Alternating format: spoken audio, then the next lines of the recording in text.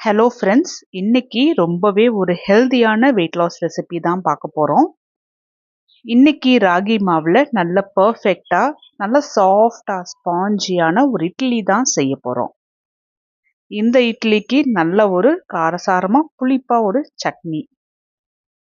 இந்த ரெசிபி செய்யறதுக்கு பவுலில் 1 டம்ளர் ராகி எடுத்திருக்கேன். ராகியில் அதிகப்படியான கால்சியம், புரோட்டீன்ஸ், விட்டமின்ஸ், மினரல்ஸ் இருக்கு.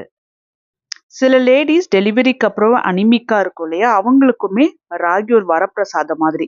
டெய்லி ஏதாவது ஒரு ரெசிபிஸ் ராகியில நம்ம செஞ்சு சாப்பிட்டுக்கிட்டே வந்தோம் அப்படின்னா ரத்த சோகையுமே சரியாகும். ராகி 4ல இருந்து 5 முறை தண்ணி ஊற்றி நல்லா கசக்கி கசக்கி கிளீன் பண்ணணும். அப்பதான் ராகியில் இருக்கிற டஸ்ட் எல்லாமே நல்லா கிளியர் ஆகும். நான் ஒரு 5 முறையாவது நல்லா கிளீன் பண்ணியிருக்கேன். இப்போ தண்ணி பாருங்க ஊற்றி வச்சிருக்கேன், நல்ல தெளிவாக இருக்கு. ஒரு 8 மணி நேரம் ஊற வச்சிடலாம்.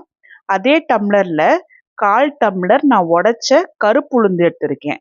இதுக்கு 1/4 டீஸ்பூன் வெந்தயமும் போட்டு இதையும் ஒரு 2ல இருந்து 3 முறை நல்லா கழுவிட்டு இதையும் ஒரு 8 மணி நேரம் ஊற வச்சிடலாம்.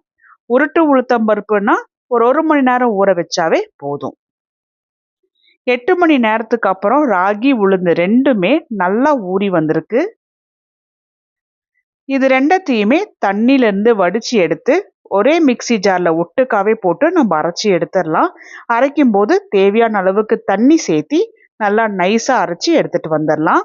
ராகி ஊற வச்ச தண்ணியே சேர்த்தி கூட நம்ம அரைச்சி எடுத்துட்டு வந்துடலாம். நல்லா நைஸா இது போல அரைச்சி எடுத்துட்டு வந்து இதுல தேவையான அளவுக்கு உப்பும் போட்டு கையை வச்சு நல்லா கலந்து விடுங்க. கையை வச்சு கலந்து விடும் போது மாவு நல்லா புளிச்சு வரும். மாவு நல்லா கலந்துட்டாச்சு. இந்த மாவை ஒரு 8 மணி நேரம் புளிக்க வச்சிடணும். 8 மணி நேரத்துக்கு அப்புறம் பாருங்க மாவு எந்த அளவுக்கு நல்லா சூப்பரா புளிச்சு வந்திருக்குன்னு. ராகி பொறுத்த வரைக்கும் மேல கலர் இது போலதான் மாறி வந்திருக்கும். கரண்டி வச்சு புளிச்சு வந்த மாவு எல்லாத்தையுமே நல்லா உள்ள எடுத்து நல்லா பீட் பண்ணது போல நல்லா கலந்து விட்டுட்டு இட்லி பாத்திரத்துல தண்ணி ஊற்றி கொதிக்கிறதுக்கு வச்சுட்டு இட்லி பிளேட்ல கொஞ்சமா மட்டும் எண்ணெய் தடவி ஒவ்வொரு குழிக்குழியுமே மாவை ஊற்றிடலாம். இது போல மாவை ரெடி பண்ணி வச்சுட்டோம் அப்படின்னா எப்போ பசிச்சாலுமே டக்குன்னு ஒரு இட்லி செஞ்சு சாப்பிட்றலாம். ஒரு 15 நிமிஷம் நல்லா வேகிறதுக்கு விட்டுடலாம்.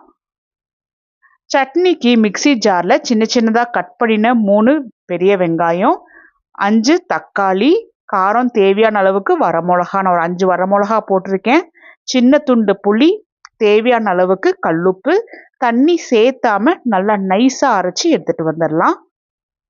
இந்த சட்னி ரொம்ப சிம்பிளா இருக்கும், ஆனா ரொம்ப டேஸ்டியா இருக்கும்.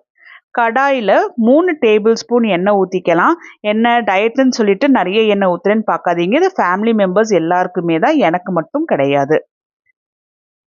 எண்ணெய் சூடான உடனே 1/4 டீஸ்பூன் கடுகும் ஜீரகமும் நல்லா பொரிஞ்சதுக்கு அப்புறமா அடுப்பை சிம்ல வச்சுட்டு அதுக்கப்புறமா கொஞ்சம் கொஞ்சமா இந்த சட்னியை ஊற்றிடுங்க. இல்லைன்னா ரொம்ப தெறிக்கும். ரொம்ப கேர்ஃபுல்லாக இந்த சட்னியை ஊற்றி எடுக்கணும்.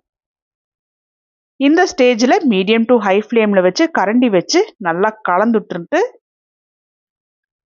1/4 டீஸ்பூன் மஞ்சள், 1/4 டீஸ்பூன் பெருங்காயத்தூள் இதை போட்டு கலந்துட்டு டேஸ்ட் பாருங்க. உப்பு சரியா இருக்கான்னு தேவைப்பட்டுச்சுன்னா உப்பும் சேர்த்து நல்லா கலந்துட்டரலாம். மீடியம் டு ஹை ஃப்ளேமில் வச்சு மூடி வச்சு சட்னியை ஒரு 5 நிமிஷம் கொதிக்க வச்சு எடுத்துக்கலாம். வெங்காயம் தக்காளியோட பச்சை வாசனை எல்லாம் போகிறதுக்கு 5 நிமிஷத்துக்கு அப்புறம் பாருங்க சட்னியுமே நல்லா வத்தி வந்திருக்கு, நல்லா கெட்டியாயிருக்கு. அவ்வளோதான், நல்லா புளிப்பா காரசாரமான ஒரு சட்னியும் ரெடி ஆயிடுச்சு. 15 நிமிஷம் நல்லா வெந்துருச்சு. அதுக்கப்புறமா நான் கொஞ்சமாக ஆற விட்டுட்டு நான் இட்லி எடுத்திருக்கேன். இட்லி நல்ல சாஃப்டாக இருக்கு. எந்த மில்லட்ஸில் இட்லி செஞ்சாலுமே அதோட மாவு பதம் எப்படி இருக்கணும்னா அரிசி மாவு பதத்தை விட கொஞ்சம் திக்காக இருக்கணும். அப்போ தான் நல்லா ஸ்பாஞ்சியாக வெந்து வரும். அதை மட்டும் நம்ம பார்த்துக்கிட்டோம் அப்படின்னா ஃப்ளாட்டாக இல்லாமல் நல்லா புசு புசுன்னு சாஃப்டாக இருக்கும். அரிசியை சேர்த்தாம இட்லி செஞ்சுருக்கோம். ஸோ இது வெயிட் லாஸ் பண்ணுறவங்க, வெயிட் மேனேஜ் பண்ணுறவங்க, சுகர் இருக்கிறவங்க தாராளமாக இது போல் இட்லி செஞ்சு சாப்பிட்லாம். ரொம்ப டேஸ்டியாகவும் இருக்கும், ஹெல்த்தியாகவும் இருக்கும். ட்ரை பண்ணி பார்த்துட்டு எப்படி வந்துச்சுன்னு சொல்லுங்கள்.